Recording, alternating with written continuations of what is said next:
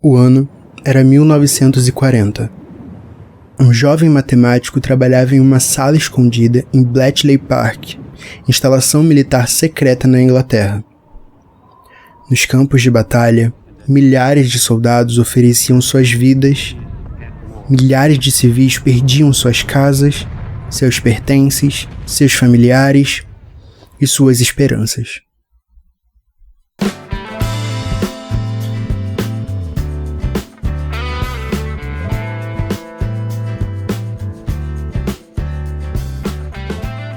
Olá, eu sou Kevin Aquino, estudante de licenciatura em matemática, e esse IMF foi escrito pelo professor Tiago Reis.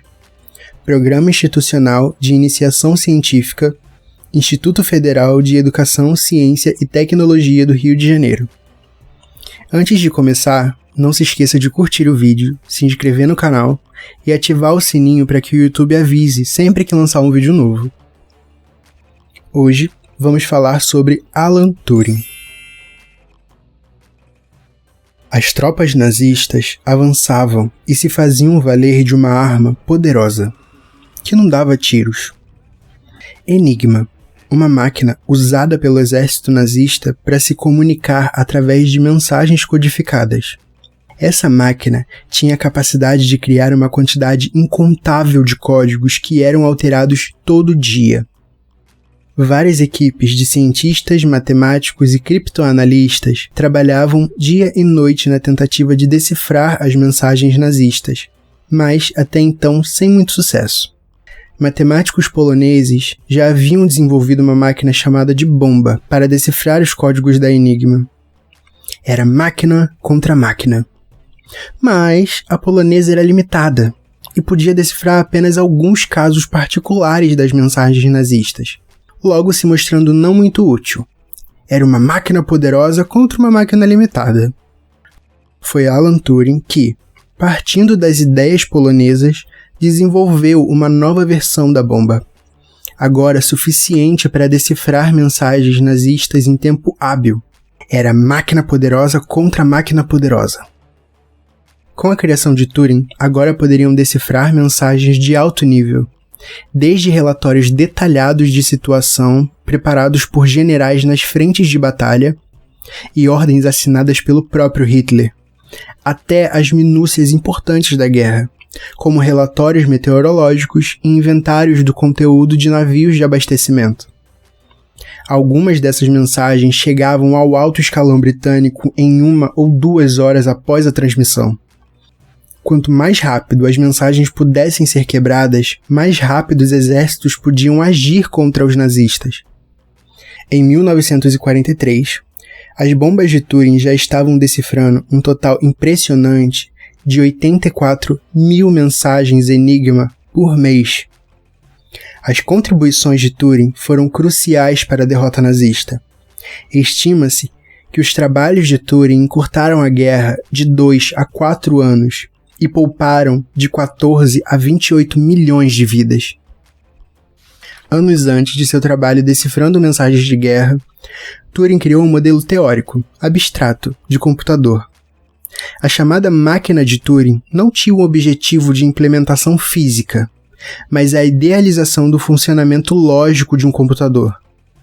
Com essa máquina abstrata, Turing pretendia conseguir definições matematicamente precisas para algoritmos ou procedimentos mecânicos. Numa época em que computadores eletrônicos eram apenas recém-nascidos, Turing foi um dos primeiros a vislumbrar a possibilidade de máquinas pensantes. Turing lançou as bases para o estudo de inteligência artificial. Como seria difícil definir o que significa um computador pensar, Turing idealizou um teste, inspirado num jogo conhecido na época, o jogo da imitação. No teste de Turing, um examinador conversa ao mesmo tempo com um computador e uma pessoa, por meio de mensagens de texto. Se, depois de um certo tempo, o examinador não for capaz de apontar qual dos dois é humano, então a máquina terá passado no teste. Embora o teste de Turing não seja atualmente utilizado como parâmetro técnico, ele continua servindo de inspiração no desenvolvimento da inteligência artificial. Turing fez diversas contribuições à matemática, à computação e até à biologia e à filosofia. Resumidamente, podemos citar que Turing propôs o conceito de números computáveis e demonstrou a existência dos não computáveis, respondendo a uma das 3 famosas perguntas de David Hilbert: a matemática não é decidível. As outras 2, sobre completude e consistência, haviam sido respondidas por Gödel. Por falar nisso, cadê o IMEV sobre o Teorema de Gödel? Enfim. Turing escreveu o primeiro projeto detalhado de um computador capaz de armazenar um programa. Embora não tenha sido seu o projeto usado para a fabricação dos primeiros computadores comerciais, ele não deixa de ter a originalidade das ideias. Turing propôs o estudo de padrões matemáticos em organismos biológicos, trabalho que gerou novas pesquisas em biologia matemática.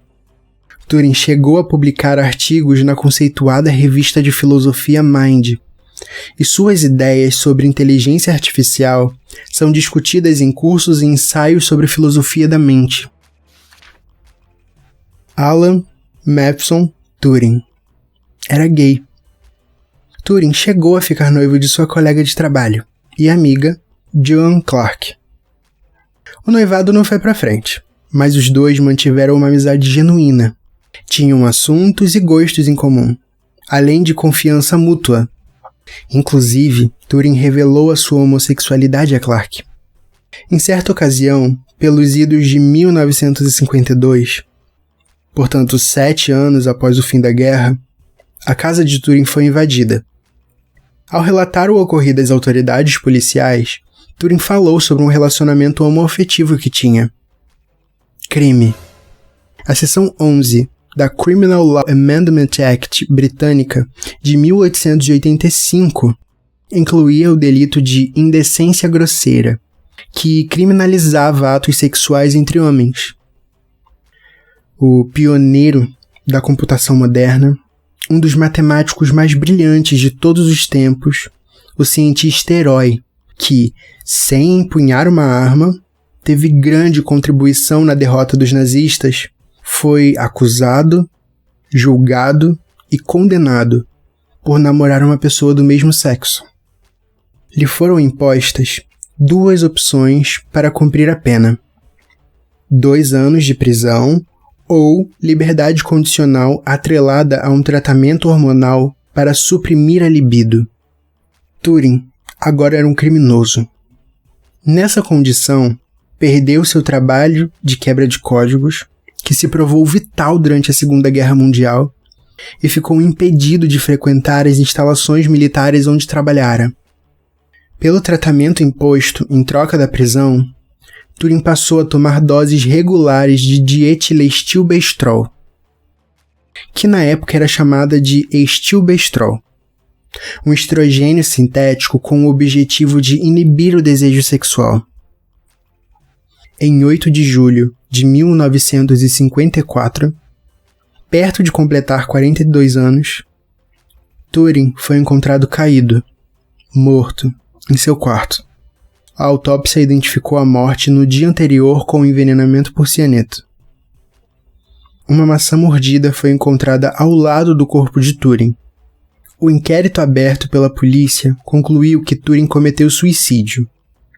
Mas alunos, amigos e biógrafos contestam essa versão e sugerem que sua morte foi um acidente. Não foi feita análise sobre se havia ou não cianeto na maçã. Em 2009, o então primeiro-ministro britânico, Gordon Brown, fez um pedido de desculpas oficial a Turing. Brown definiu como terrível a maneira como Turing foi perseguido por sua homossexualidade.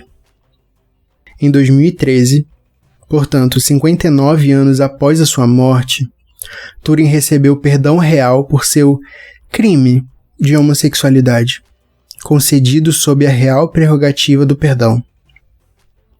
Em 2017, foi criado no Reino Unido uma lei que retira a condenação de homens que haviam sido condenados no passado por atos homossexuais. A lei foi apelidada de Lei Alan Turing. Turing foi impedido de se relacionar com quem queria, tratado como um criminoso, submetido a tratamento químico que causou mudanças em seu corpo. Nos deixou aos 41 anos de idade, e os fatos de sua morte ainda são um objeto de controvérsia. Nós só conhecemos a história de Turing porque ele foi autor de ideias famosas na matemática, na computação e na ciência em geral. Mas quantas pessoas mundo afora sofrem com preconceito e são privadas de seus direitos e de sua humanidade?